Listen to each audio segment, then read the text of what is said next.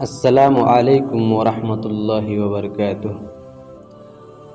اصمعی کہتے ہیں کہ میں اپنے دوست کے ہمراہ صحرا کی طرف نکلا۔ ہم راستہ بھول گئے۔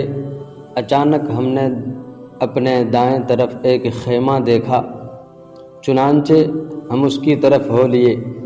ہم نے بلند آواز میں السلام علیکم کہا۔ اس کے جواب میں ایک عورت نے وعلیکم السلام کہا۔ کہنے لگی تم کون ہو؟ ہم نے کہا ہم لوگ راستہ بھول گئے ہیں، اتفاقاً اس طرف آ نکلے ہیں، اب ہمیں بھوک بھی لگی ہے، حق ضیافت چاہتے ہیں۔ کہنے لگی تم اپنے چہرے ذرا دوسری طرف کر لو تاکہ میں تمہاری میزبانی کے لیے آزاد ہو جاؤں۔ ہم نے اپنے چہرے دوسری طرف کر لیے تاکہ اسے پردہ کی پریشانی نہ ہو۔ اب اس نے ہماری طرف ایک قالین کا ٹکڑا بڑھایا اور کہا کہ تم لوگ اس پر بیٹھو اور ذرا انتظار کرو، میرا بیٹا آنے ہی والا ہے۔ وہ بے چینی کے عالم میں بار بار خیمہ کے کنارے کو اٹھاتی اور سامنے دیکھ کر نیچے رکھ دیتی۔ دراصل وہ اپنے بیٹے کا انتظار کر رہی تھی۔ اس نے آخری مرتبہ خیمہ کو اٹھایا اور بے اختیار کہنے لگی آنے والے کی خیر ہو، اونٹ تو میرے بیٹے کا ہے مگر اس پر سوار میرا بیٹا نہیں ہے۔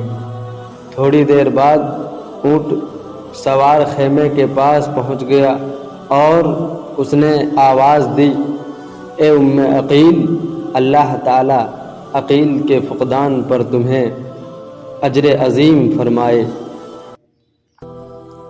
گویا ان الفاظ میں اسے بیٹے کی موت کی خبر سنائی۔ عورت کہنے لگی تیرا ناس ہو، کیا میرا بیٹا فوت ہو گیا ہے؟ اس نے کہا ہاں۔ کہنے لگی اس کی موت کا سبب کیا ہے؟ کہنے لگا اونٹوں کا ایک ہجوم ہوا، چنانچہ اونٹوں نے اسے کنویں میں پھینک دیا۔ کہنے لگی اونٹ سے نیچے اترو اور مہمانوں کی ضیافت کا بندوبست کرو۔ خاتون نے اس کی طرف ایک بکرا بھیجا اور کہا کہ اس کو ذبح کرو اور اس کا گوشت بناؤ، اور پھر ہماری طرف کھانا تیار کر کے بھیجا۔ ہم کھانا کھا رہے تھے اور اس کے صبر پر تعجب کر رہے تھے۔ جب ہم کھانے سے فارغ ہو گئے تو وہ ہماری طرف آئی۔ اب اس کی حالت بدلی ہوئی تھی۔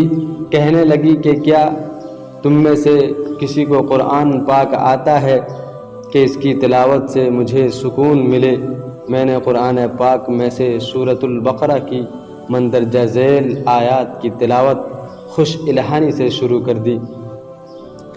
وَبَشِّرِ الصَّابِرِينَ الَّذِينَ إِذَا أَصَابَتْهُمْ مُصِيبَةٌ قَالُوا إِنَّا لِلَّهِ وَإِنَّا إِلَيْهِ رَاجِعُونَ أُولَئِكَ عَلَيْهِمْ صَلَوَاتٌ مِّن رَّبِّهِمْ وَرَحْمَةٌ وَأُولَئِكَ هُمُ الْمُهْتَدُونَ۔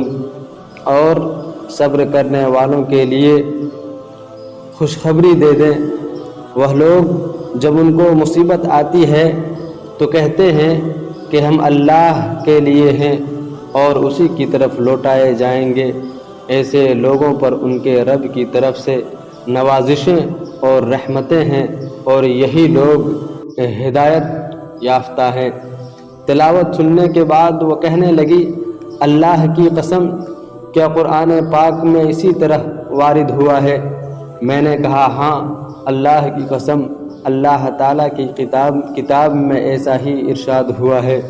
اس عورت نے ہمیں السلام علیکم کہہ کر قبلہ کی طرف رخ کیا اور 2 رکعت نماز ادا کی، پھر کہنے لگی ہم بھی اللہ کی ملکیت ہیں اور اسی کی طرف لوٹ کر جانا ہے۔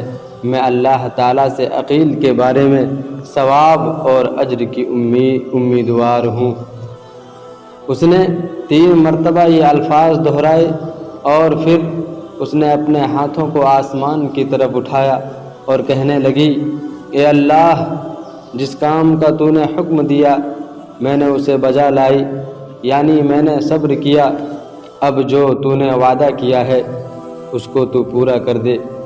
اللہ تبارک و تعالی ہم تمام لوگوں کو اس عورت کی طرح صبر کرنے کی توفیق عطا فرمائے اور قرآن کریم پر عمل کرنے کی توفیق عطا فرمائے، آمین۔